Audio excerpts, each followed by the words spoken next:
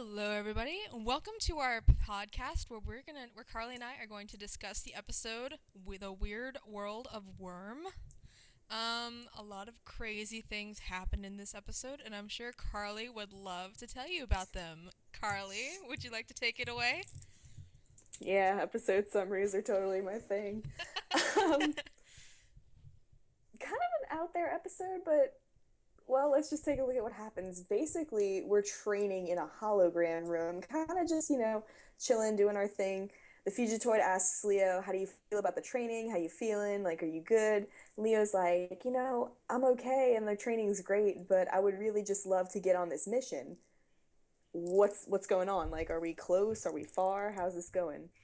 Triceratons are actually lost. The Fugitoid admits that he is not tracking them correctly, and it's not a good situation. But before they can continue on that, they find this torn up spaceship that's sending out a distress signal. So the Fugitoid sends the group out to investigate.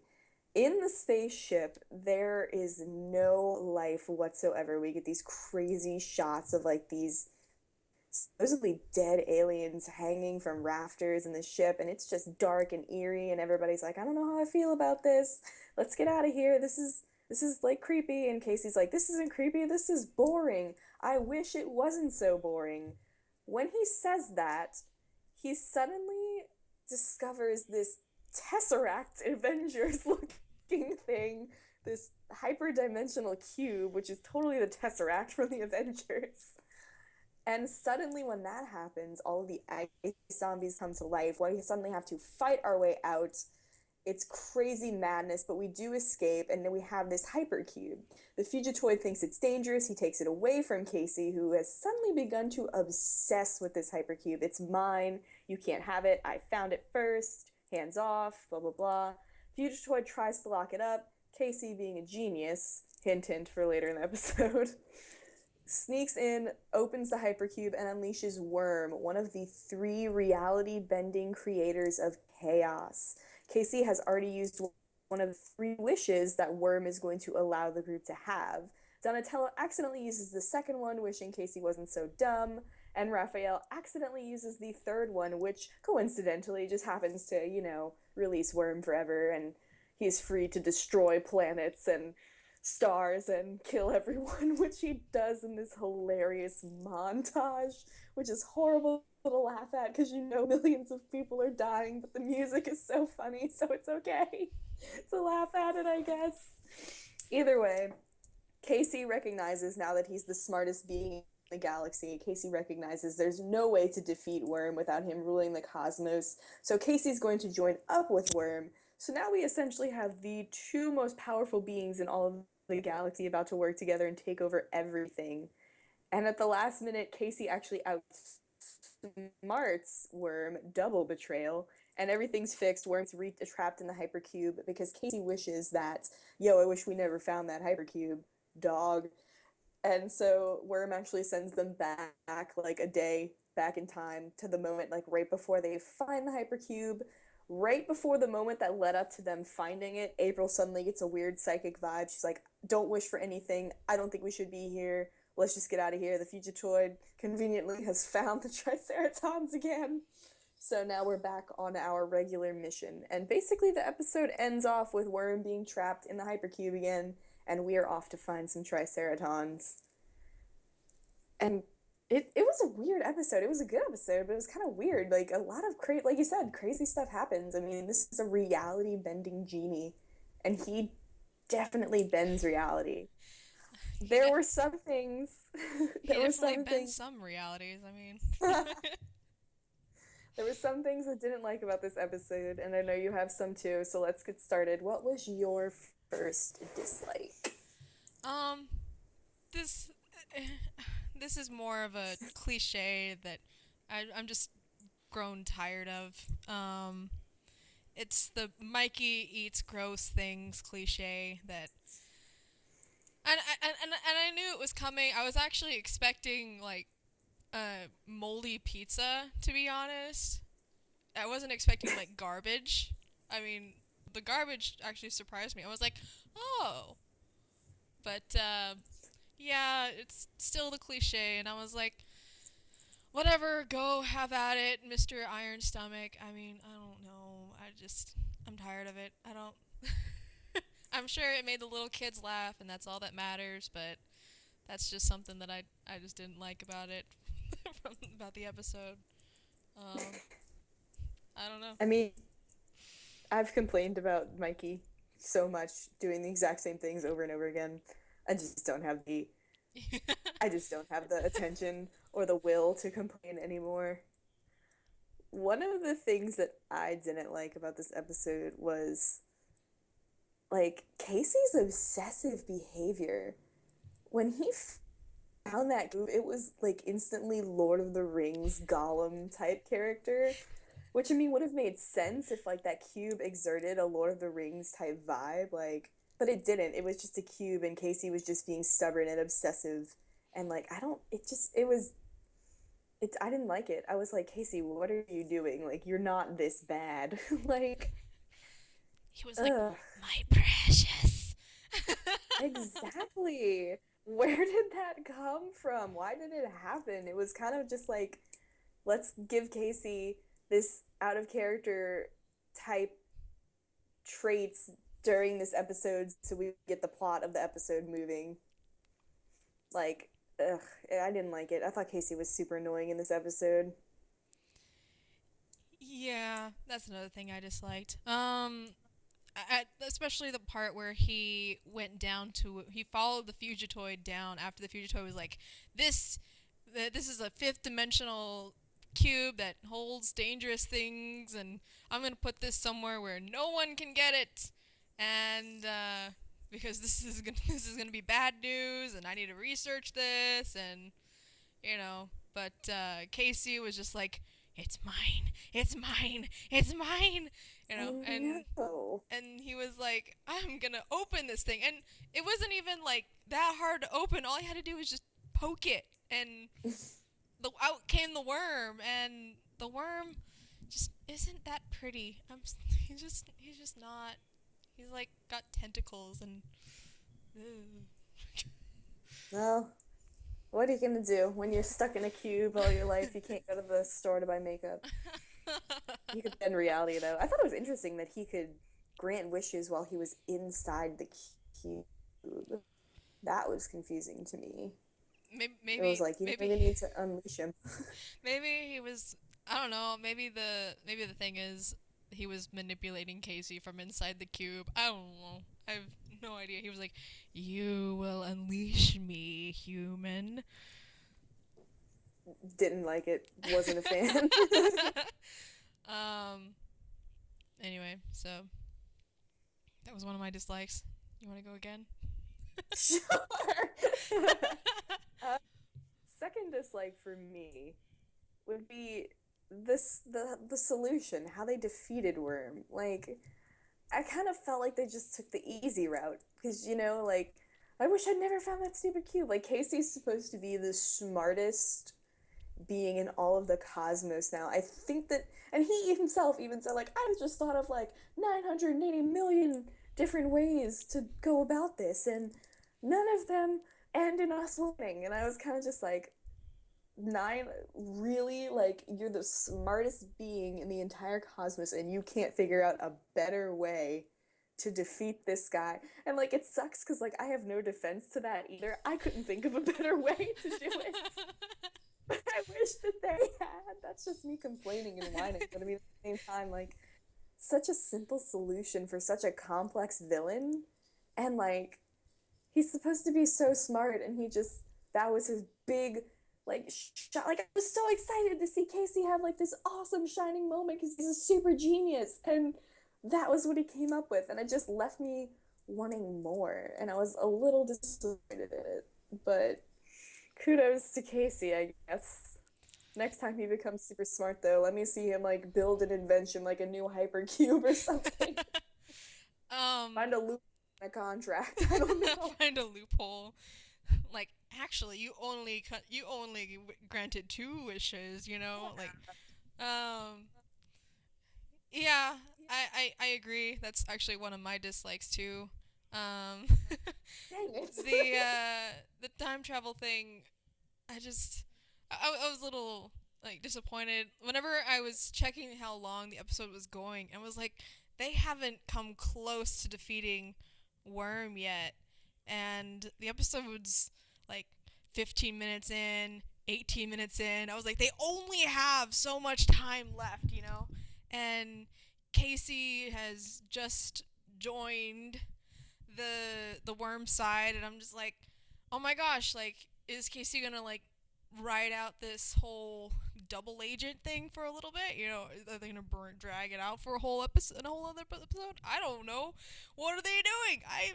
What is going on? And then he's all just like, all in the last minute and a half, he's like, I wish we never found that Tesseract hypercube thing. Loki. And I was like, it kind of left me feeling the same at the end of this episode, the same way I felt at the end of Pizza Face. Like, the whole episode was kind of not important. Like, we wasted this time that we could have spent doing something else. I don't know. I just, it rubbed me the wrong way. It kind of bothered me that they didn't remember at the end either. Exactly like Pizza Face. It was just like, Leo was just like, I have a funny sense of deja vu, and that was it. I thought I heard something. And then the worm's just like, let me out. And it's just like, don't let him out. It's like, great. So, man, I don't know. A little bit robbed of a better conclusion for this one. Oh well, poor Worm. I guess I'll go with my third dislike since I've covered your list already. My third dislike was that, I have loved these first 3 episodes. I really have. I've liked them. They've been fun to watch and everything. But I'm ready for some plot movement. Like, I love the fact that Leo brought it up. Like, we have 6 months to get on this. Like, what if we can't do it in time? Like, okay, well then let's start getting on it, Like, I don't understand why we're kind of just throwing off these one-shots, and they've been great, and I've enjoyed them for sure, but at the same time, I'm kind of, like, ready to get out there and find these pieces of the black hole generator, because, I mean, we do have a time limit, and 6 months can be a long time, but at the same time, it can also fly by when, the fate of mankind and the entire Earth and everything rests on your shell. I'm just throwing it out there. But, like, in with that, like, in a bond with that, I don't know how to... Tied with that, I guess? I don't know. Like, why are we tracking the Triceratons? Like the future droid's like, I've actually lost the Triceratons. Like, why are we following them? We clearly know where the pieces of the black hole generator already are, as indicated in the first episode when the future droid shows them on a map where they are. Why aren't we going to those places? Why are we quote-unquote tracking the Triceratons? Like, that just doesn't make sense to me. I'm just like, I'm ready to see the actual plot of season 4 start. And it's like, no way, like, I've loved these episodes, but, like, at the same time, it's kind of like something bigger is going on, and we really need to start focusing on it,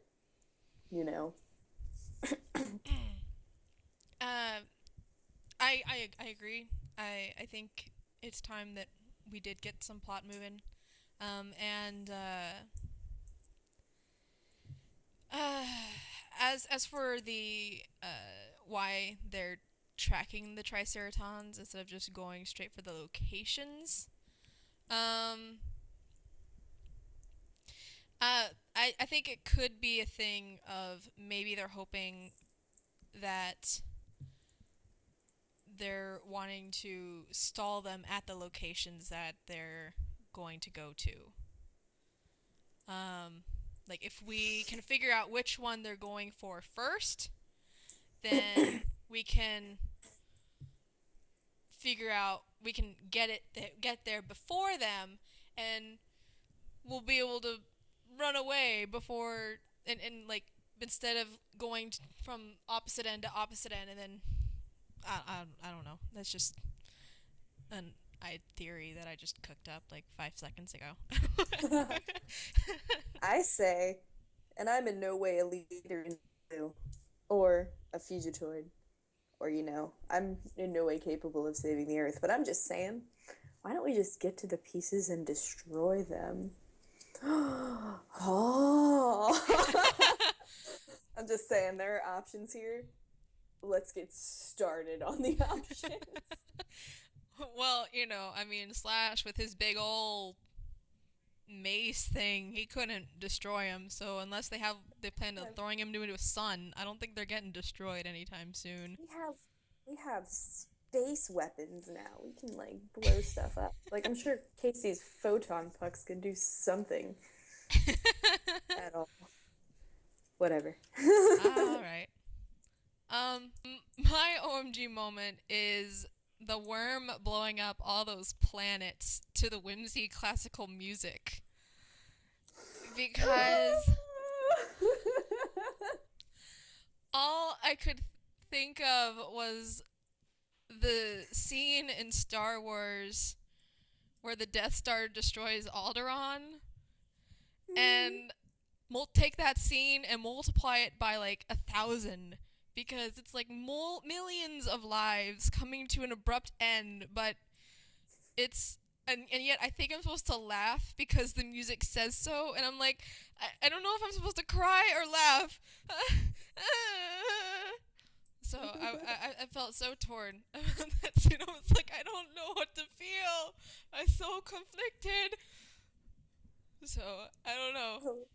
I watched this episode with my roommate, and when that scene happened, I was crying, laughing, and cursing because I just didn't know exactly what you said. I didn't know what to feel. I was like, millions of people are dying in the funniest way possible. And it made me feel like a horrible person, but it was too funny. Oh my goodness, I am a horrible person.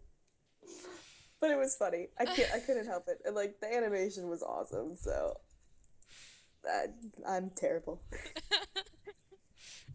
My OMG moment is our brand new show for the season, Chris Bradford's Too Rough Crew.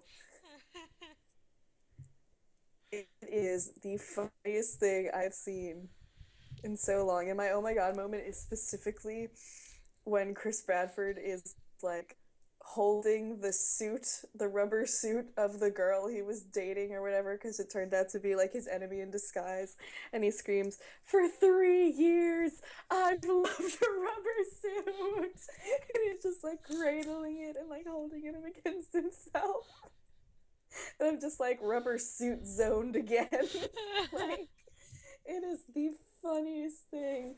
Like, oh my god, Master C, like clearly Mr. T. Like, it's, oh my god, it's the Avengers meets that Chuck Norris cartoon that like never became popular, and it was just so funny. Like, I didn't laugh at anything harder in the episode than I laughed at Chris Bradford screaming, "For 3 years I've loved a rubber suit."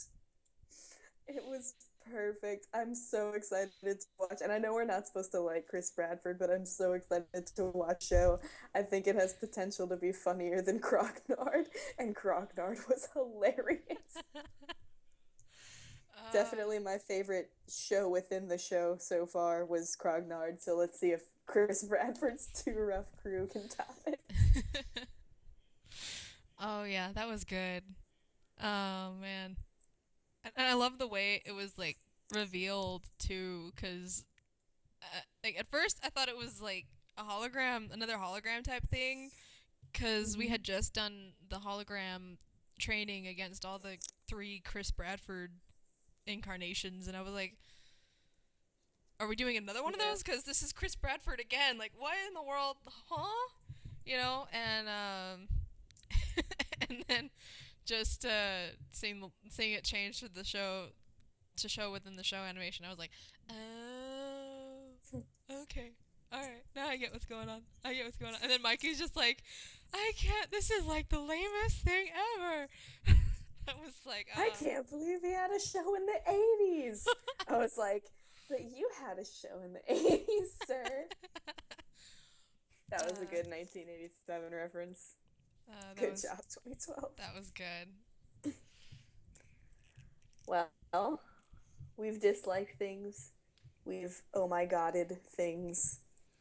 What was your first thing that you liked in this episode? I liked, even though it was so obvious that it was fake. I liked the Casey being a bad guy twist. I liked it. Um, it reminded me of the lost potential that we had with another character that must not be named, but Let um, it go! It's been over a year! but I liked it. Just seeing like the shock on everyone's faces, the emotion on everyone's faces, and even Casey being all like, which I thought was just so over the top and so cheesy. I was like, it's so fake, but I love it. I love it to death. But I liked it. I liked it too. I like the second he even mentioned that he was joining Worm's side, I knew it was fake. I was like, there's no way. But Casey, being the smartest person, realized that the only way to beat Worm would be to outsmart him, even though they outsmarted him in the simplest way possible, which kind of was still upsetting to me. But like he did good. Like he beat Worm in the only way that he could have beaten Worm, and that was, according to the writers, the only way he could have beaten Worm. And that was really cool to see. I liked seeing how alarmed the turtles were when they realized that they thought that they were losing an ally. Because I mean, they don't really have many out there. So that was kind of if you look at it from an emotional standpoint, that must have really hurt them. Because I mean, like they all of their friends and family are like back at home on Earth, and they can't contact them, and all of this stuff. So it's kind of like a stab in the heart when one of your only remaining friends that you have up there is kind of like, by the way, LOL, joining the bad guys. See you later. That was awesome. Hashtag going I did, rogue. yeah. My first like were those ice zombies. Oh my god, that was such a dark scene. I just remember watching that like them explore the the spaceship, like the remains of the spaceship. I remember them watching them go inside, and it's dark, and you see all these bodies just like hanging from the rafters, and like they're dangling, and it's so creepy and ominous. And it's just like I sat there and I was like, guys, Halloween was like 2 weeks ago. Come on, that would have been a really good Halloween episode to throw in there. I would have liked to see that one over the Mona Lisa one, but I mean, yeah, but just like those zombies, they looked cool. It was scary. Great, great setting, great lighting, great music, just good suspense.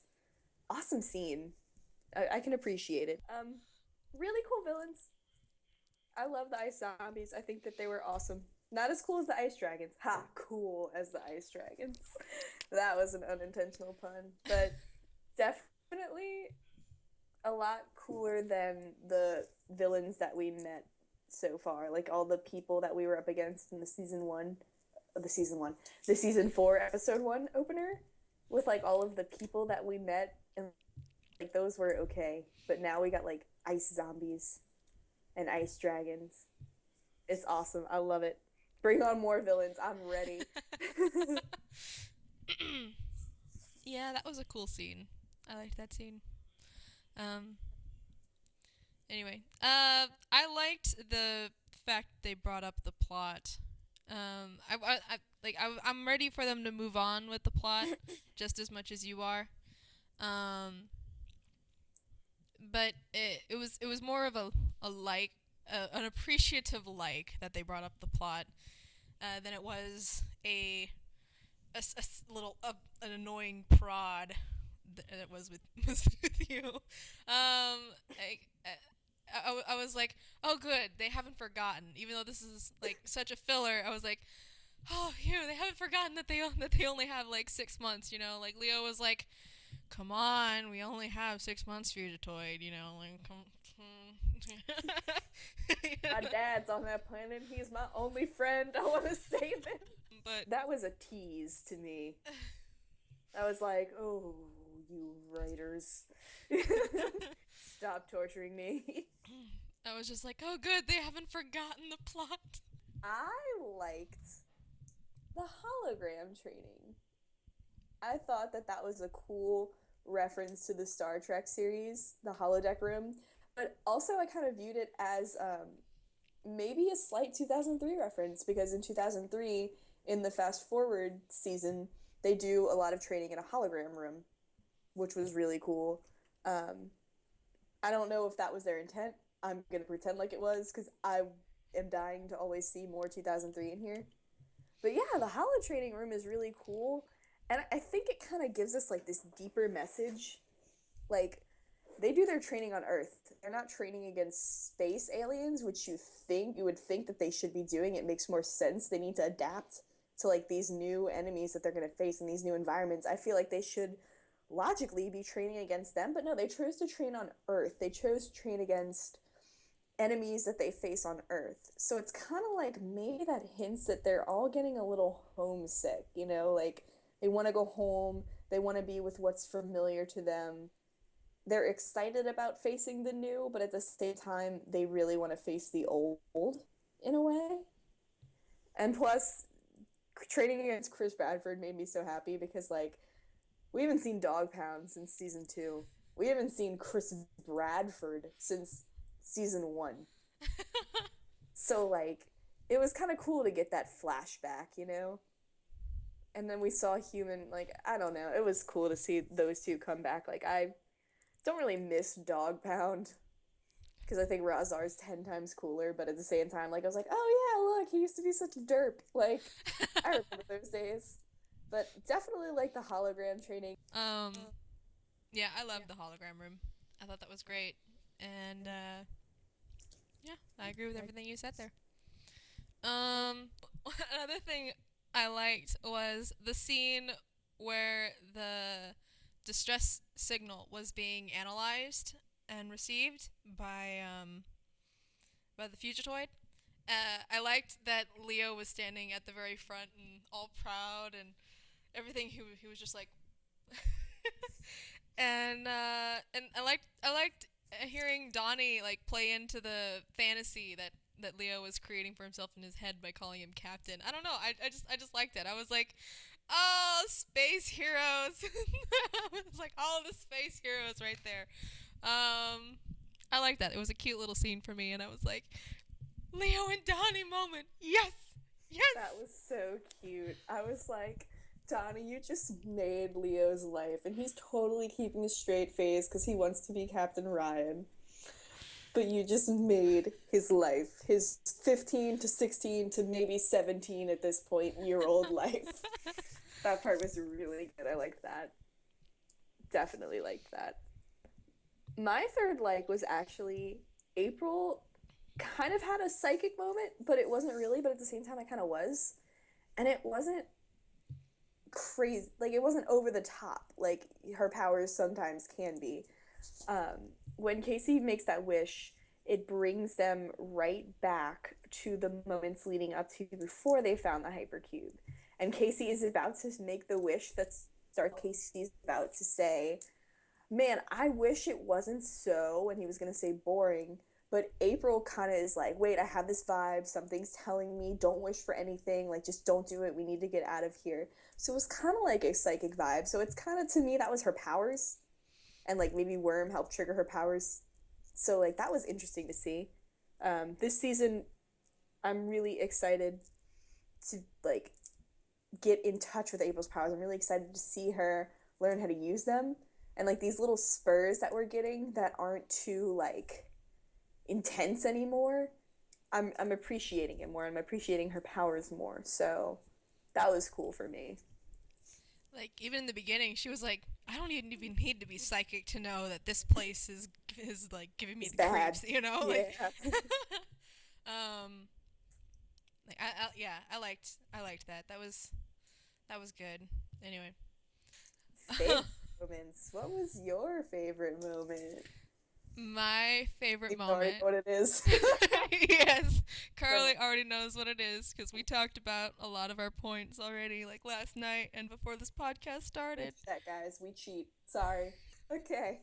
Um, anyway, so my favorite moment was Donnie carrying Leo as they ran away from gigantic Casey.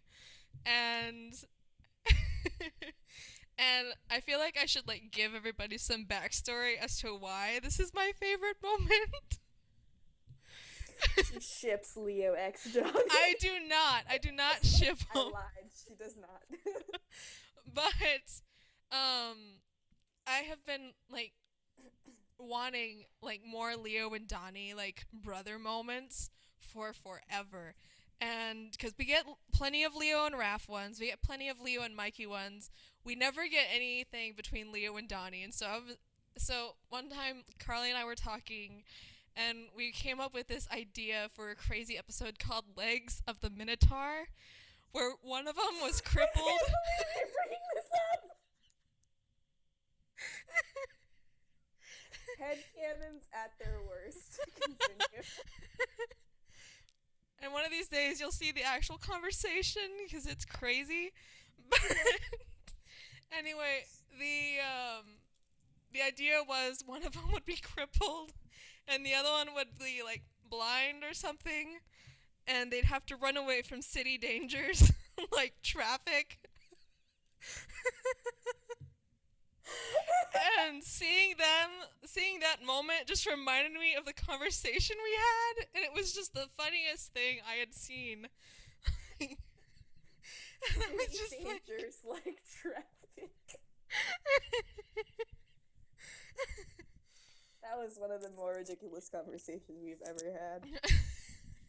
I can't believe you just brought that up. Oh my goodness. I haven't thought about that in weeks. Anyway, so that's why that's one of my favorite moments. Plus, it's a Leo Donnie moment, and I was like, yes, Leo Donnie, yay! So anyway, Carly, have any Um, Now that half of the fandom who watches this thinks we're insane, which we are insane, by the way, if you haven't had any confirmation before this moment, there you go. I'm agree with you. I definitely want. I'm one of the people who's always like, give me more Leo Donnie, give me more Leo Donnie, and like we do get little spurts of Leo Donnie, but like they're never emotional, like with Mikey, or like with Raph, like, and maybe you can blame that on Donnie's less of an emotional and more of an intellectual, but they can still have moments like, come on, bring it on. Like one of my favorite little moments of Leo and Donnie in the series so far came in the Creeping Doom when the creep fought Leo in the dojo and he almost suffocated Leo to death, and then the others arrive in the room and they're like, oh my god. The creep throws like Leo at all of them and Donnie catches him, and then like a couple moments later he goes to like strike Splinter and April and Donnie and Leo, and Splinter grabs April and jumps to the left. And Donnie actually grabs Leo and jumps to the right. So like he kind of saves him, which I thought was really cool. If you haven't seen that moment, go back and rewatch it. It's great. But yeah, I don't really know how I feel about that being a Leo Donnie moment because I don't remember how it ended up being like that. It was funny. But I agree with you on the concept that I do want to see them interact more on an emotional level versus just them. Like the captain moment was a better Leo Donnie moment for me. Like I thought that, like you said, Donnie kind of playing into what Leo wanted it to be, like by calling him captain or everything. I thought that was sweet. I thought that was emotional to some extent. Like I would like to see more of that, but deeper. thoughts? I would love to see that, and I'm waiting for it anxiously. So come on, 2012, quit denying it on me. My favorite moment kind of ties into yours. It was in that sequence when the turtles were fighting Casey. But my favorite moment came when they were fighting him in the hockey rink. Because one, again, it goes to like that thing I said earlier, like we're seeing all these Earth environments. Like, are we homesick? Is that why this is happening? But at the same time, what I really liked about the fight between the turtles and the Caseys in that ice rink was the fact that Casey was in his own element and he was able to beat the turtles, not because he was like super powered by Worm or anything like that. Like he looked completely normal in that fight. Casey was able to beat them because he was in an environment where he was better than them. And we actually like I love seeing Casey be in those environments when he can do his best. Like he fights better because he's got the advantage. And it was just cool for me to see that. Like I loved seeing Casey be able to actually outskill the turtles because he had the advantage. You know, it was a cool thing. It was a cool fight. I liked it. Yeah, that was cool. I liked that whole sequence. That was a really fun sequence. It was It's wild and hilarious. crazy, but it was still really really cool to watch. Um, I think one of the sequences I enjoyed more of the episode was when Casey was going after the turtles. I think. We have a few questions that we're going to answer from our lovely viewers now. Ooh. um, Question one comes to us from an Anon. Uh, it is, what do you think of the new villains that turtles are facing, and who is your favorite so far? Thank you, Anonymous, for your question. We appreciate you. I like these villains, like I've been saying over and over and over again. I sound like a broken record, but like seriously, like in space, we're meeting some cool things. We're seeing some cool places. It's been great. Like 2012 has this creative freedom and they are really doing it really well. And like we're meeting classic characters too. Like we've met two classic characters in the first two episodes. We met even Worm is considered a classic character. He was an action figure from the 1987 series. Um, wow, three 1987 characters in three episodes. Where are my 2012? Where are my 2003 characters at 2012? Anyway, I like these villains. I think they're cool. So far, my favorite that we've faced has been the ice dragons. I just thought that they looked the coolest. I thought they presented the most threat, etc., etc. I'm sure that Lord Dreg, the more we see him, the more he's going to impress me. I'm really excited to see him come back next episode, actually. Um, but yeah, favorite so far would be the ice dragons. I just think that they were the coolest. I think their animation was really nice. Their design, the threat, going for the ice dragons, but love all the others so far. Um, yeah, I agree. The villains have been pretty cool so far. I was less impressed by Lord Dreg and Worm, but I'm keeping my mind open for Lord Dreg. I'm hoping that he'll be interesting in the next episode, and I really liked those ice dragons in the last one. They were really cool. If I can count the Salamandrians, since they started off as villains, I guess I'd give it to them. If I can count the Triceratons win by a long shot. You just But like them because they blew up the planet. yes, I do. Um, Touts. cause honestly, there's no other villain's gonna get that far. Ice dragons. But yeah, they've. That's how I feel about the villains. I'm on They're the pretty same cool. page with you. If I did count the Triceratons, they would win. But I feel like this person meant in this season exclusively, and we knew the Triceratons in season three. But if that's not what you meant, Triceratons, Yeah, by all means. I want to read the next question because it's from a friend. go for it. One of my really good friends, Trey, from up here at school, who is so kind to tune into our podcast. Thank you, Trey. Shout out to you, bro. He would like to ask us what has been our favorite episode of season 4 so far. Thanks for your question, Trey. I hate you most days, but I love you today. think my favorite has been the opening, honestly. Um, I haven't disliked anything that we've seen yet, but I just that opening.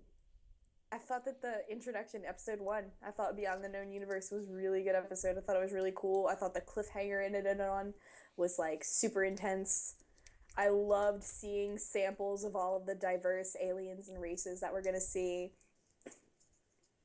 I love getting introduced to who's gonna be a major villain this season, Lord Dreg.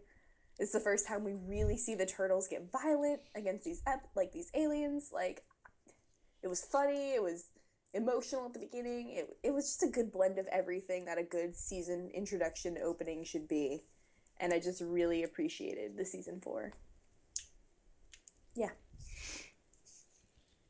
Yeah, I'm gonna have to give it to Beyond the Known Universe.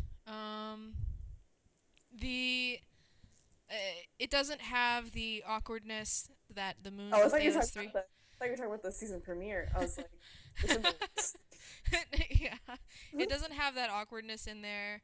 Um, it for me, it doesn't have the insanity that this one has. And it just hit all the notes that I felt it needed to hit, and I just really enjoyed it.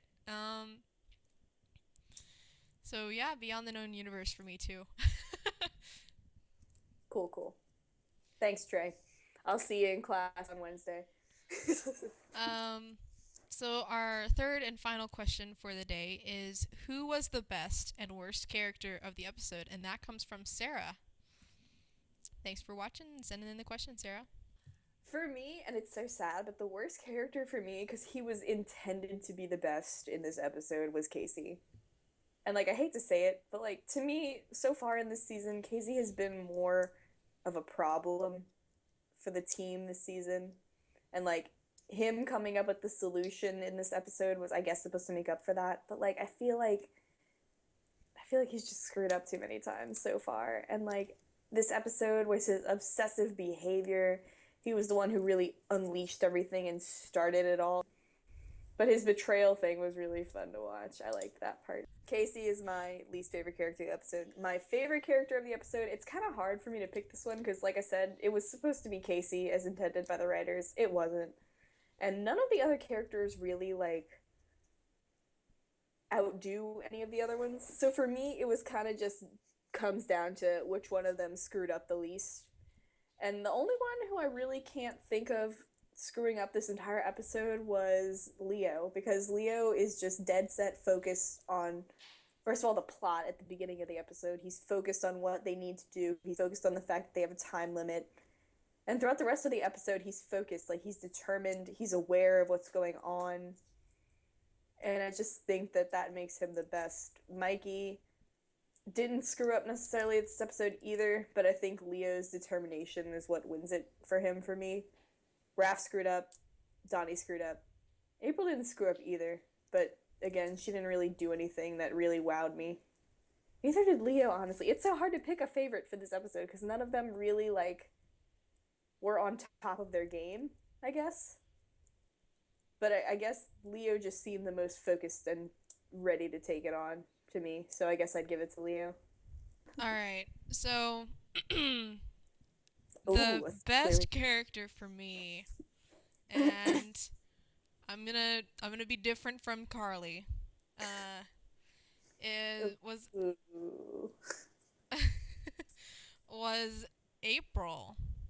Ooh. Um, Ooh. and again, for me, none of the characters really impressed me much. Um, and they were just kind of there. Um, but April, but whenever they were trying to come up with, whenever they before they were warned about the wish thing, um, April was, I guess, the one who was trying to combine the two wishes that both Raph and Leo were trying to do best, like protect the world, destroy the Triceratons and protect the world. And she was like, peace, glow, interstellar peace, you know, and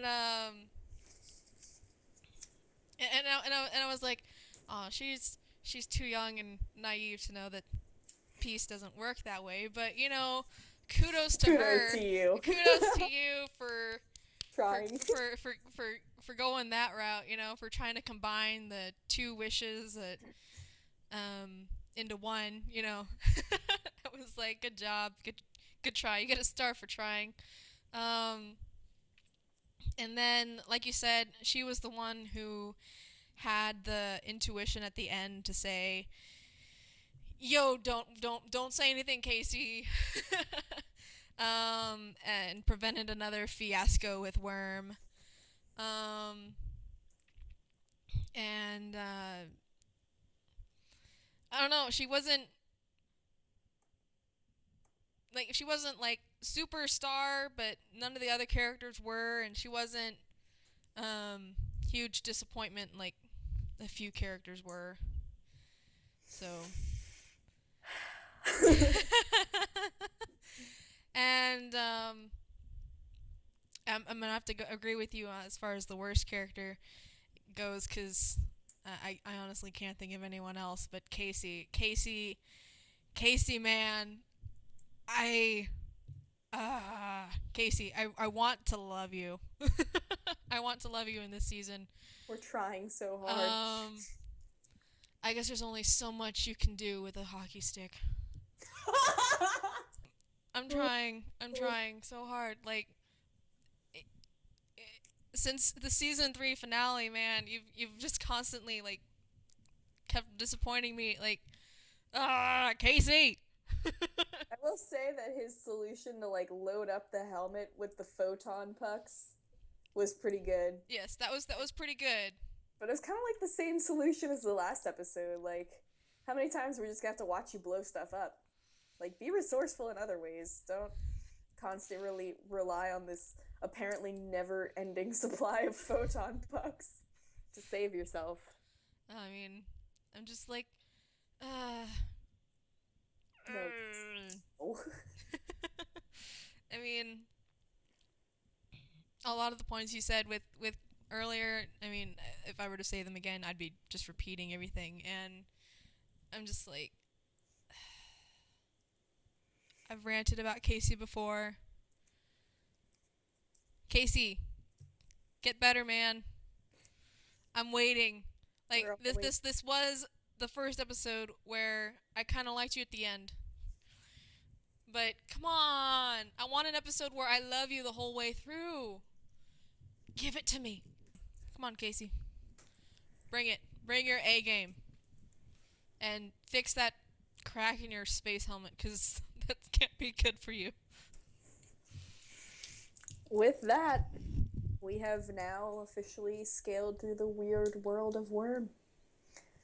I liked this episode. I know it wasn't your favorite. It wasn't my favorite either, but I did like it. My only real problems were the solution to the final battle. The solution was a little weak for me, and I'm definitely ready to see Casey improve, and I'm definitely ready to see plot movement. Like, we got 6 months. Let's get on this. Like, we have 3 pieces to find, and we have to go across the entire galaxy to get to each piece. So, let's go. Other than that, good episode. I thought it was fun to watch. I thought the animation was actually, like, this episode animation-wise to me was the best. I think it was really cool how they did some of the effects, like flattening the turtles and balling them up, and a lot of really cool, fun stuff to watch.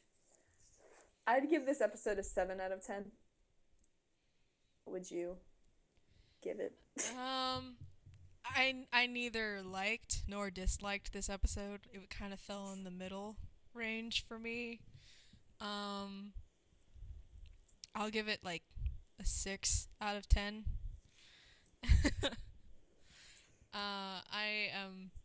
I'm so ready for plot to come in. I'm so ready for things to start moving. But Alright, sounds good. Dwight Schultz, you did an excellent job voicing Worm. He was very enthusiastic and energetic throughout his entire performance. Claps for you. Where are we heading next? We are going to the Outlaw Armagon, something like that pronunciation. Basically, what's going to happen is we're going to see Lord Dreg come back. Lord Dreg is going to hire a bounty hunter slash assassin to go after the turtles. The turtles run out of options and they have to flee to an abandoned space station. But beyond that, we don't know what's going to happen. I'm excited to see that because I'm excited to see Lord Dredd come back. I think that once you see him a little more in action, you'll kind of get more into him. To me, he presents a real threat. I think you just need a little bit more exposure to him. Other than that, we're done here. Looking forward to the next episode. alrighty then. So, I'm Ariane. I run Ariane 2014, I'm Carly. I run all things TMNT. Thanks for tuning in. and we will see you in the next episode. Later! Bye!